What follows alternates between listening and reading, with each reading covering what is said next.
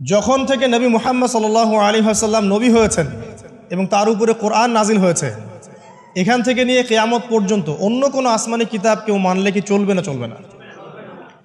এ বিষয়ে নবী সাল্লাল্লাহু আলাইহি ওয়াসাল্লামের একটা হাদিস বলি, তারপর সামনে যাই। একদিন নবী সাল্লাল্লাহু আলাইহি ওয়াসাল্লামের সামনে ওমর রাদিয়াল্লাহু আনহু বসে আছেন। কে বসে আছেন?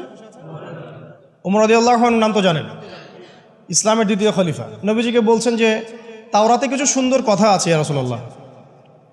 এই কথা বা এই স্টেটমেন্ট শোনার সাথে সাথে নবী সাল্লাল্লাহু আলাইহি ওয়াসাল্লামের চোখ মুখ রাগে লাল হয়ে গেল। হাদিসটা মিশকাতে আছে।